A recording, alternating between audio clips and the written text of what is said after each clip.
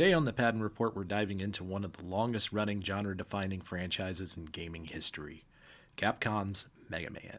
A character whose simple blue design hides a staggering legacy with mini games, multiple timelines, anime adaptations, canceled projects, a near total disappearance in the 2010s, and a triumphant resurgence led by fan demand and nostalgia.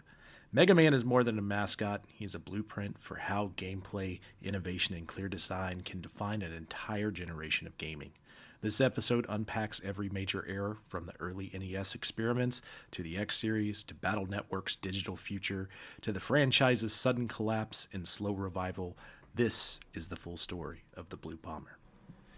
But before we dive into Mega Man, there's a few things I want to talk about just gaming news-wise. First off, Microsoft is unveiling a Fallout 2 Xbox controller they're basically designed kind of like a Pip-Boy, so you get kind of a Pip-Boy layout on the front of the controller. There's both an Elite standard version. There's both an Elite version and a standard version. Both kind of have this Pip-Boy inspired look, the dark green backgrounds, and a phosphor-like neon green accent for the text, icons, and other details, and a line art silhouette of Vault Boy himself spanning from the center of each controller. This obviously is aligning with the re-release of the Fallout games that's coming out for Fallout 4. I believe we talked about that on a previous episode. The price points are $80 for the standard and $170 for the Elite wireless controller. So if you're a Fallout fan, that's going to be available to you. We're getting some new games for Nintendo Switch Online. It's adding 2 classic N64 platformers. If you're a Rayman fan and you've been waiting for this for a while, both Rayman and Tonic Trouble are being added mid-December to that. So if you have Nintendo Switch Online and have been looking for something new to play, and maybe you've never played a Rayman game, it's out there for you. We're getting some new PS Plus Extra and Premium games for December 2025. They've been officially revealed. The games are going to include Killing Floor 3, Lego Horizon Adventures, Neon White, Syndality, Echo of Ada, and Outlast The Trials, which are going to be completely free of charge. So those will be out, and then there's some new PS Plus Extra and Premium games coming out, which is going to be more of, if you're on the paid tier, I believe, is Assassin's Creed Mirage and Cat Quest 3, as well as 2 Paw Patrol games, Paw Patrol Grand Prix and Paw Patrol World. And also, I believe, Planet Coaster 2 and Wulong Fallen Dynasty, which is an incredible game. Planet Coaster I liked, but it's kind of a hard game to play on console. That's one, if you're thinking about playing it, you may want to pick that up on PC if you have a PC available to you. Pokemon Legends ZA has released a brand new update for December 2025. Nintendo and Game Freak released 2.0 for Pokemon Legends ZA, addressing issues while ushering in the Mega Dimensions DLC for fans who have purchased the premium content. Even though Pokemon Legends ZA only just launched back on October 16th, Nintendo is releasing the first major DLC pack for the game known as Mega Dimensions. For those who are looking for more content to dig into, this expansion should keep players busy with a variety of new creatures to capture. This is coming from the Game Rant article written by Derek Nichols, published 8 hours ago as of the time I'm recording this. So if you want to go check out more about that, there's some more details in there. It's going to be good for some of the bug fixes. I know people that are using the original Switch are having some major issues with speed of the game and how that thing is actually running on the console, which is not great. That's something that we were hoping would be cleaned up after what kind of people went through with Scarlet and Violet. I have already finished CA. I liked the game a lot. Recommend it to anyone who is a Pokemon fan. We have a Christmas event for Final Fantasy XIV. It's coming out. It's got some pre-emotes, goodies. So if you're a Final Fantasy XIV player, you probably already know this at this point. But something, if you haven't played in a while, maybe you'll want to log in for the annual Starlight Celebration, which is returning to Final Fantasy XIV, and get all your free stuff. Maybe you'll jump in and play some more. Who knows? Grand Theft Auto Online is releasing a big update for December as well.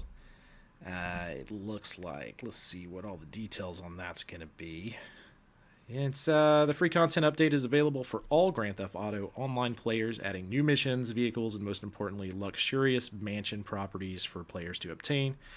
Fans were also left surprised after Rockstar confirmed that the update will also see the return of an iconic Grand Theft Auto 5 protagonist, Michael De Santa. So if you've been missing Michael, it sounds like this December update is going to add him back to you.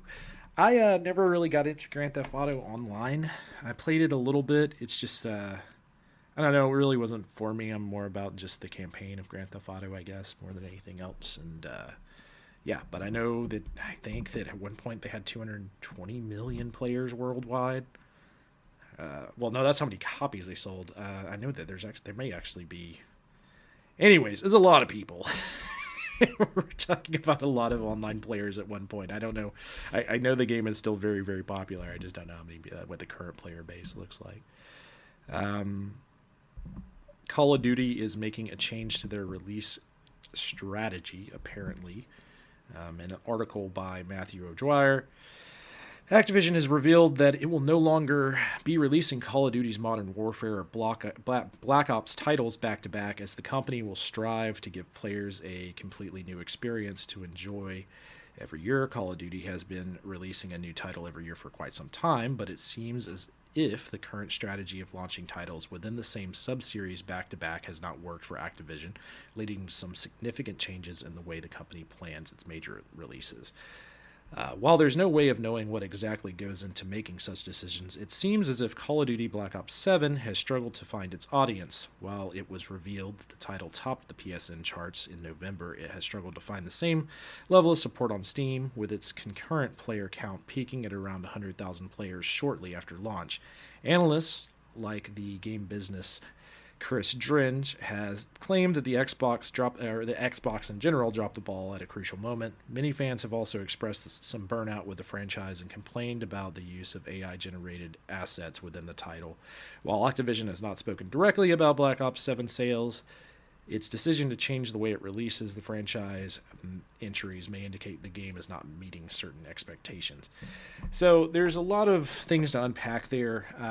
I attempted to play this game, and I did not get very far because it's 180 gig install. I made a post about it. It's out there on Instagram, so if you follow me on Instagram, you can hear my complaints with installing this game, which it allowed you to choose what you wanted to install based on what you wanted to play. So I picked the campaign and zombies and was like, this will probably be what I would want to play in the game. Go to launch the game, go to play those, and it basically just told me I need to install the entire game, which is, well, don't give me the option to pick what I want to install then, would be my reaction to that. I don't think that everyone had that same experience. But, I mean, a lot of it is these are kind of the same games. They're pushing their development teams way too hard. It's kind of, not at all the same as the WWE games, but if you remember when the WWE games, there was lots of buggy issues, and they decided to take a year off, or two, I think it was almost 2 years off, before putting out a new release. And it sounds like, Call of Duty's going to have to find a way to handle that, where they're not they're able to put out a better quality game, because it sounds like some people are disappointed with this. As I noted, I haven't played it yet, so I can't speak on it too much.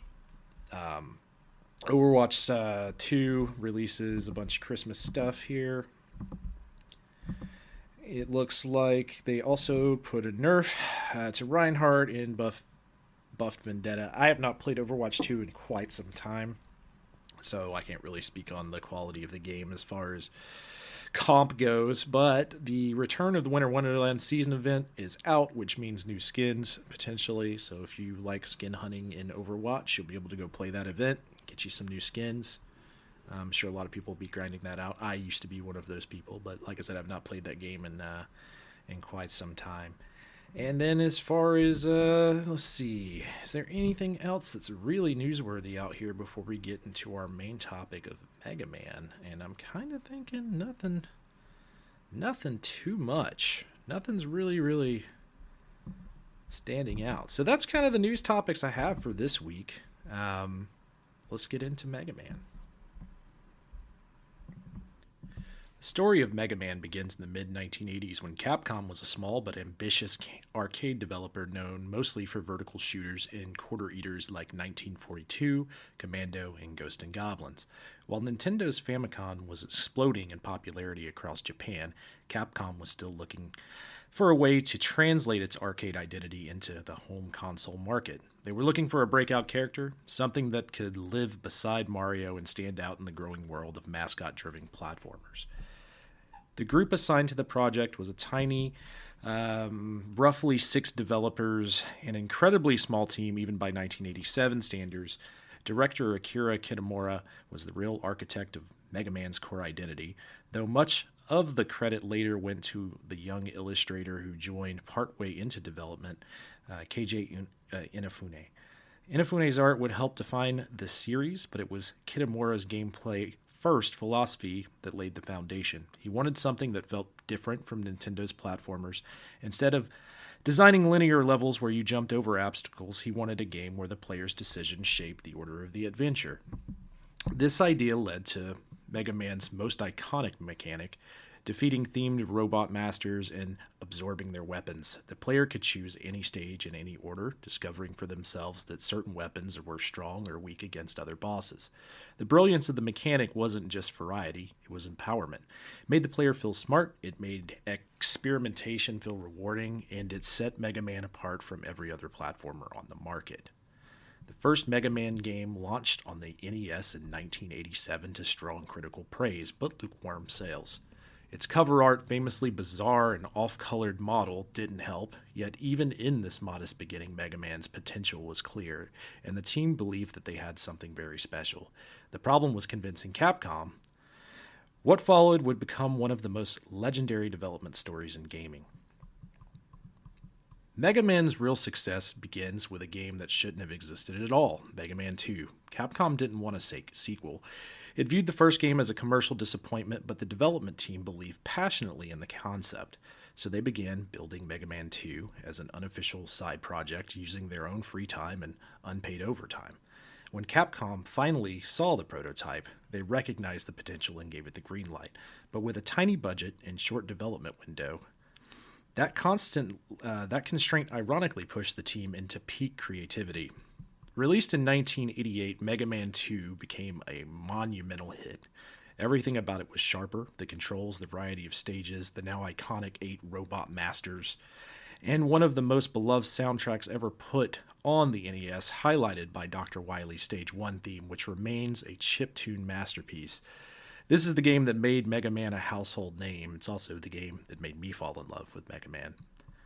Capcom immediately capitalized on the success, transforming the series into an annual release. Mega Man 3 followed in 1990, larger and more ambitious, including Rush the Robot Dog and Proto Man, Mega Man's mysterious red rival. Mega Man 4 added the charge shot, fundamentally changing the pacing of the combat.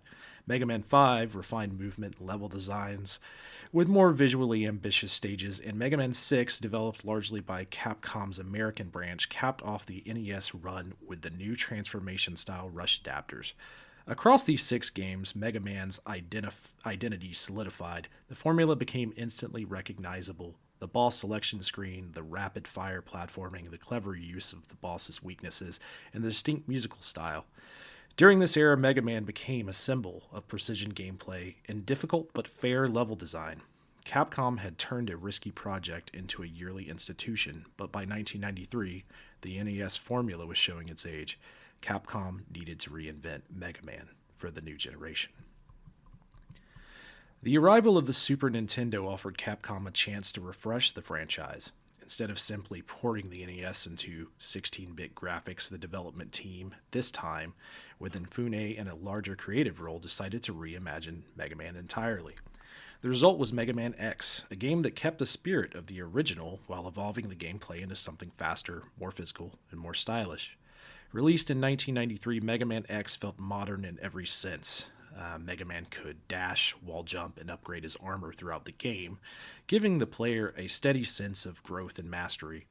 The world itself was darker and more dystopian, built around the idea of Reploids, advanced robots who with free will could go maverick and turn against humanity. These cyberpunk tones set the X series apart, drawing older players into Mega Man's orbit and opening the door to more complex storytelling. The breakout character of the X series wasn't even the protagonist, it was Zero, the red-haired, beam saber-wielding hunter who quickly became a fan favorite. His design, his mysterious connection to Dr. Wily, and eventual evolution into a main character helped give the X universe emotional weight. The success of the first game led to a full franchise. X2 pushed the SNES hardware using Capcom's custom CX4 chip. X3 allowed players to control Zero for the first time, though only in limited sections. When the series moved to PlayStation and Saturn with X4, it embraced anime-style cutscenes and gave Zero his own fully playable campaign, a turning point that cemented him as the co-protagonist. Later entries like X5 and X6 were rushed, but despite their flaws, they remain cult favorites for their ambitious story arcs. By the late 1990s, Mega Man was no longer just one franchise, he was several. All of why that's happening, we did get sub-games, things like Mega Man Soccer, etc., which is one of my favorite sports games on the Super Nintendo, and one I highly recommend that people go out and play if you've never played it. Mega Man's late 90s and 2000s were defined by experimentation. The franchise branched into entirely new genres, new continuities, and new audiences. Each sub-series has its own identity, mechanics, and fan base. One of the boldest changes came in 1997 with Mega Man Legends, a fully 3D action-adventure title for the PlayStation. This continuity centered on Mega Man, Volnut, Roll Casket, and the Servbots had a lighter, more adventure-driven tone and open-world flavor unusual for Capcom at the time. While not a massive commercial hit, Legends earned a devout following. To this day, the cancellation of Mega Man Legends 3 remains one of the most painful moments in the series' history. The early 2000s introduced a radical different take with Mega Man Battle Network on the Game Boy Advance, set in alternate modern future. The series followed Lan Hikara and his partner NetNavi, Mega Man.exe, as they navigated digital crime and cyber battles. Combat took place on a tactical grid that combined action, strategy, and deck-building elements. The Battle Network series exploded in popularity, receiving 6 core entries and multiple spin-offs. It became a multimedia phenomenon, complete with anime adaptations and a massive merchandising wave. Running alongside the Battle Network was Mega Man Zero, a more mature and difficult action series set a century after the Mega Man X games. Zero revived in a new, desolate future, battles oppressive forces, and confronts a world shaped by the legacy of X. These games were fast, punishing, and visually distinct, redefining Zero's character and giving fans one of the strongest narratives in Mega Man history. The franchise continued to evolve through the Mega Man series with Mega Man ZX, which blended Zero's style action with Metroidvania style exploitation, and Mega Man Star Force, a spiritual successor to Battle Network featuring electromagnetic worlds, transformations, and a new protagonist altogether. By the end of the 2000s, Mega Man had stretched into nearly every genre: platformers, RPGs, tactics, open-world adventures, shooters, and more. Capcom's mascot had become a multi-timeline universe. The turning point came in 2010 when KJ Unifune, no longer associated with Mega Man's creative direction, abruptly left Capcom amid internal tensions and burnout. His departure triggered a chain reaction that fans still talk about. Several Mega Man projects were canceled, including Mega Man Universe and the deeply anticipated Mega Man Legends 3 for the Nintendo 3DS. For many fans, this felt like the franchise death sentence. Capcom released almost no new Mega Man titles for the next 7 years, aside from the occasional mobile games and retro collections. The character was missing from the gaming landscape. This absence ignited a wave of online activism. Fans began trending hashtags like #ReviveMegaMan and started petitions to bring back Legends 3. The brand survived almost entirely through community passion, speedrunning, fan games, and nostalgia. In this period, Inafune attempted to create his own spiritual successor, Mighty Number 9, through Kickstarter. The project raised massive funding on the promise of capturing Mega Man's spirit, but delays, production troubles, and an underwhelming final release turned Mighty Number 9 into one of gaming's most infamous crowdfunding failures. Ironically, the disappointment only reinforced how much fans wanted the real Mega Man. In 2018, after nearly a decade of silence, Capcom finally brought Mega Man back with Mega Man 11. Instead of chasing trends or rebooting the series, Capcom delivered a modernized version of the classic formula with slick 2.5D visuals, expressive animation, and a new double gear system that allowed players to slow down time or increase power output. Critics praised it as a confident, polished return, a game that remembered exactly what made Mega Man special. At the time, Capcom began meticulously rebuilding the franchise's legacy through a series of legacy collections that compiled the classics X0 and Zero X and ZX and the Battle Network titles. These collections weren't just re-releases. They were preservation efforts packed with concept art, museum features, and new challenge modes. The Battle Network collection, released in 2023, became a breakout hit, reviving interest in the long-dormant series. While no new Mega Man games have been announced since Mega Man 11, the brand remains active in crossovers, merchandising, licensed comics, and thriving online fanbase. Capcom has repeatedly stated that Mega Man is an important part of its portfolio. The question isn't if he'll return, it's when, and he is sorely missed at the moment. Mega Man's legacy is enormous. He helped define the platformer as a skill-based genre built on pattern recognition and adaptability. His music, fast, melodic, and full of energy, remains iconic, frequently remixed and covered by fans and orchestras alike. His visual identity inspired countless games in the indie scene, from Shovel Knight to Azure Striker, Gunvolt. In storytelling terms, Mega Man's multiverse approach, multiple timelines running parallel with each other, its own themes and mechanics, was decades ahead of its time. The franchise experimented boldly and embraced new genres fearlessly, and proved that the mascot character could adapt to almost any style of gameplay. Even during the franchise's darkest years, the community kept Mega Man alive. The dedication is a rare thing in gaming. It speaks to the strength of the character, the purity of his design, and the passion of the people who grew up with him. Mega Man's history is the story of a character who began as a humble 8-bit experiment and grew into one of gaming's most enduring icons. He survived corporate setbacks, canceled projects, and years of silence, only to return stronger than ever thanks to fans who never stopped believing in him. From the classic era to the X series, from cyber battles to dystopian futures, Mega Man continues to inspire generations of players and developers. This has been the Patton Report, Mega Man's complete history.